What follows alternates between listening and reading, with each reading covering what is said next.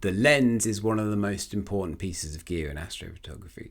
Generally, you'll do better with an average camera but the right lens than you will compared to a great camera but the wrong lens.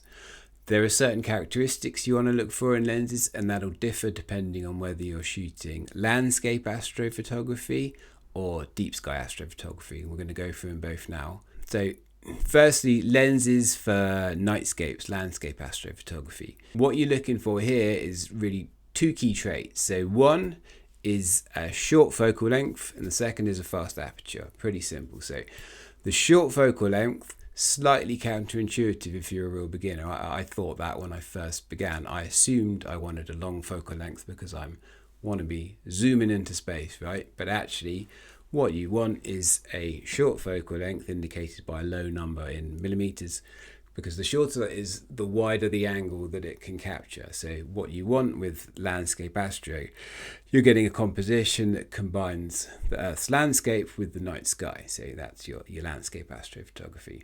You want to then capture as wide an expanse as possible with that, so that you can, capture the full expanse of the Milky Way, star trails, a starry sky, whatever it is you're going for, combining with that, whatever you're getting in from the Earth, a mountain, a lake, a house, a road, whatever. The second aspect is a fast aperture. So that's indicated by a low f number. So the lower the f number, the faster the lens and the better its light gathering performances. That's really important for nightscape astrophotography, because what you're doing is you're pointing your camera at a dark, low light scene, the night sky. You're then taking a long exposure and you're gathering the light so that you can capture more than what your eyes can see, because you're effectively keeping your camera's eye open for 20-30 seconds to gather that light. The more effective it is at light gathering with the faster aperture, the more it'll gather in that space of time, so you'll get more light gathered for your per exposure you're taking. So what that comes down to then is you looking at lenses that are maybe 14 to 24 millimeter and apertures of say 1.4 to 2.8. There are good lenses for Sony, Nikon cameras fitting this, a lot of good lenses. For Sony cameras, the Sony GM 14mm f.8 or 24mm f.8 are really good and well used.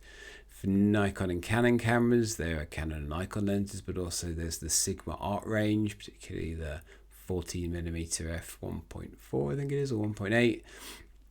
Kind of legendary in the nightscape area. There are other more budget options, particularly popular are the Rokinon / Samyang lenses of say 40mm f2.8, so they're a bit cheaper, but they're really good. There's also up and coming brands like Viltrox who are putting out some good lenses.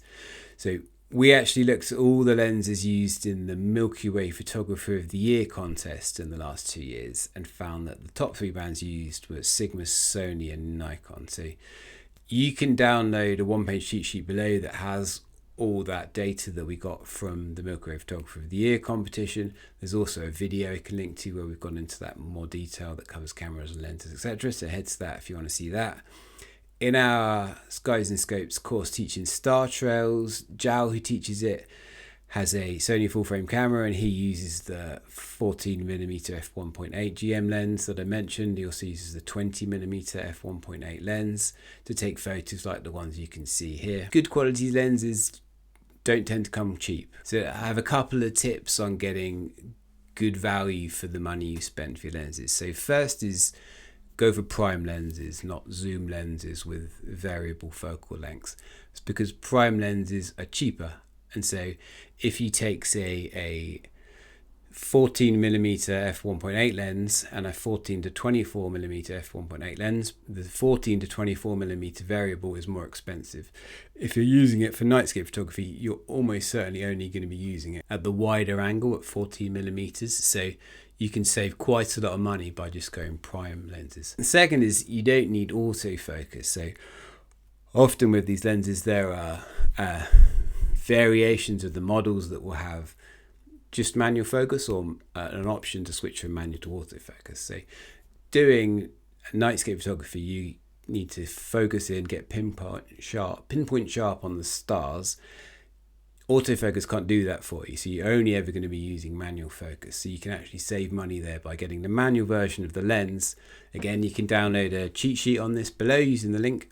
And moving on to deep sky and wide field astrophotography, which you can do with a regular camera and lens. And we have a course that teaches that with a great astrophotographer called Cayetana Saiz.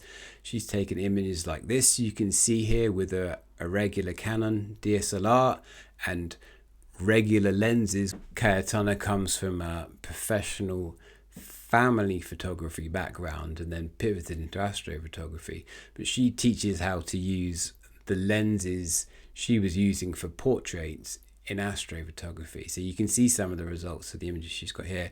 Pretty amazing. Good value course if you want to check it out. The lenses that you can use, you want to be looking at anything from 50mm up. So this is where you're going to be looking at longer focal lengths. So 50mm 1.8, great prime lens, really good value for pretty much whether you're getting it Sony, Nikon, Canon. Very versatile, and you can be using it for astrophotography, and Cayetana teaches that in our course. This is perfect for wide fields that encompass several galaxies or nebulae. You could capture the Andromeda galaxy and the Triangulum galaxy, fit perfectly within that frame. A longer focal length lens will allow you to get closer in, so a more detailed image of, say, the Andromeda galaxy, so 135mm f.2. There's a good Samyang lens that's in that range. And then also, if you have longer focal length ranges, maybe also zoom ones if you have them. So say you've got a lens that you use for travel, sports, wildlife photography along sort of up to 300mm, up to 600mm. These can be well used for deep sky astrophotography as well. This is all detailed in Cayetana's course, link below. If you want to know more about the gear used for nightscape photography, I recommend you check out our video on the Milky Way Photographer of the Year gear used. We also have a more detailed astrophotography gear cheat sheet which you can download below. So I hope you enjoyed it.